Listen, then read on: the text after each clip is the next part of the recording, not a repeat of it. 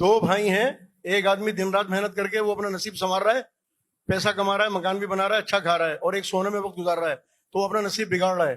تو اس کے متعلق بتائیں کہ یہ مقصد یہ ہے کہ جو اپنے نصیب کو خود بگاڑ رہے ہیں, تو پھر مقصد یہ ہے کہ وہ کیسے, پھر آدمی یہ کہتے جو میرے نصیب میں وہ مجھے مل گیا, ایسے کیسے؟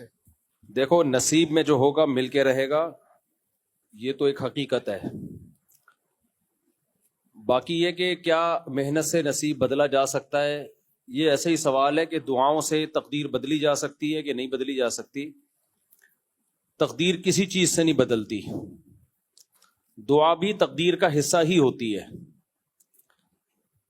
اللہ نے تقدیر میں لکھا ہوتا ہے کہ اسے ایک پریشانی آئے گی, یہ دعا مانگے گا اور وہ پریشانی دور ہو جائے گی, کیونکہ اللہ کے علم میں ہوتا ہے کہ یہ دعا مانگے گا کہ نہیں مانگے گا. اور کسی کی تقدیر میں لکھا ہوتا ہے کہ اسے پریشانی آئے گی, دعا نہیں مانگے گا اور پریشانی دور نہیں ہوگی. تو تقدیر تو اللہ کے علم کا نام ہے, جو اللہ کا علم ہے وہ کبھی بھی چینج نہیں ہو سکتا. باقی یہ جو پوستی لوگ ہوتے ہیں کہتے ہیں کہ جو مقدر میں ہوگا پیسہ آ ہی جائے گا, تو ہمیں محنت کی کیا ضرورت ہے.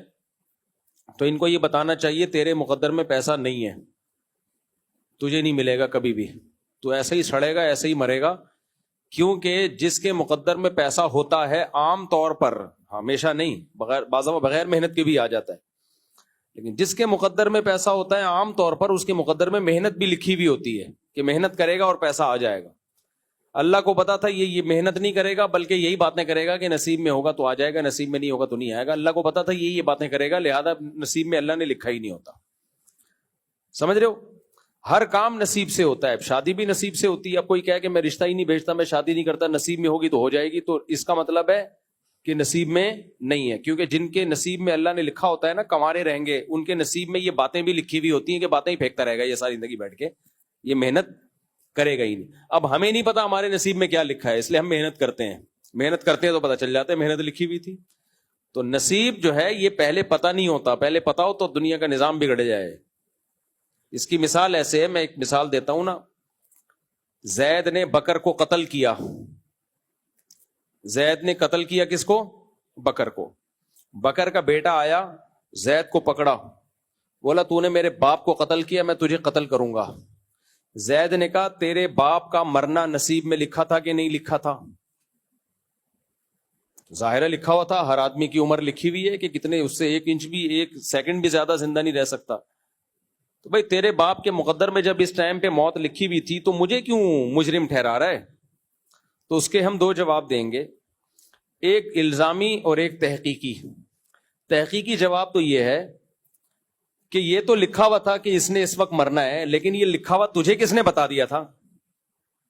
تجھے تھوڑی پتا تھا کہ یہ اس وقت اس نے مرنا ہے, تو نے تو اپنے ارادے سے مارا ہے نا, وہ تو اللہ کا علم تھا جو تجھے معلوم تھوڑی تھا. تجھے اگر پہلے پتا ہوتا کہ لکھا ہوا ہے پھر تو معذور تھا, تو کہہ دیتا بھائی مجھے پتا تھا اس نے اتنے بج کے اتنے منٹ پہ بکر نے مرنا ہے, تو جو کام ہونا ہی ہے میں نے کر دیا.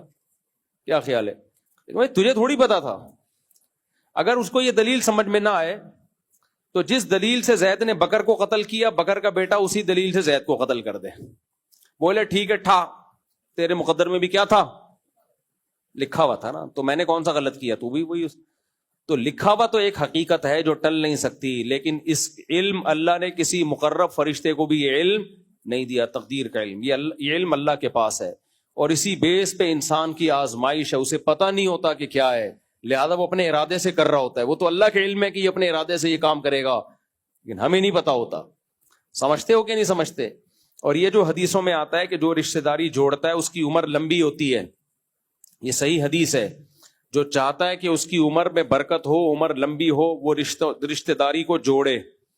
اس پر ایک اشکال ہوتا ہے کہ عمر تو متعین ہے, تو رشتہ جوڑنے سے عمر لمبی کیسے ہو جاتی ہے؟ اس کا وہی جواب ہے کہ اللہ نے لکھا ہوا ہوتا ہے پہلے سے کہ اس کی عمر اتنی تھی, لیکن چونکہ رشتے جوڑے گا لہذا یہ عمر بڑھا دوں گا میں اس کی. تو جو اصل تقدیر ہے نا اس میں یہ پہلے سے لکھا ہوتا ہے کہ عمر کم لے کر آیا, لیکن 50 سال میں مرنا تھا, لیکن چونکہ رشتے جوڑتا تھا لہذا 80 میں مرے گا جا کے. یہ سمجھتے ہو؟ تو وہ جو اصل تقدیر ہے نا جس کو تقدیر مبرم کہا جاتا ہے, وہ کبھی چینج نہیں ہوتی, بلکہ رشتہ جوڑنے کا عمل یہ بھی اسی تقدیر کا حصہ ہے کہ یہ رشتہ داری جوڑے گا. اللہ کے علم میں ہوتا ہے پہلے سے. تو اب ہمیں نہیں پتا ہوتا, لہذا عام طور پہ جو رشتہ داری جوڑتے ہیں ان کی عمریں لمبی ہوتی ہیں. آپ کہہ سکتے ہیں ہمارے فلاں رشتہ دار نے تو ساری زندگی رشتے جوڑنے میں لگا دیے پھر بھی اتنی جلدی مر گیا.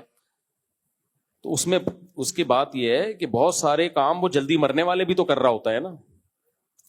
تو جب بھی کسی چیز کے اسباب اختیار کیے جاتے ہیں نا تو سب چیزیں پلس مائنس ہو کے رزلٹ سامنے آتا ہے. ایک حکیم نے کہا کہ یہ کھاؤ لبوب کبیر, حکیموں کی بڑی زبردست دوا ہے, کھا لیا کرو اپنے خرچے پہ. لبوب کبیر کھاؤ کہ جسم میں طاقت آئے گی, یقیناً آئے گی طاقت, بڑی زبردست چیز ہے.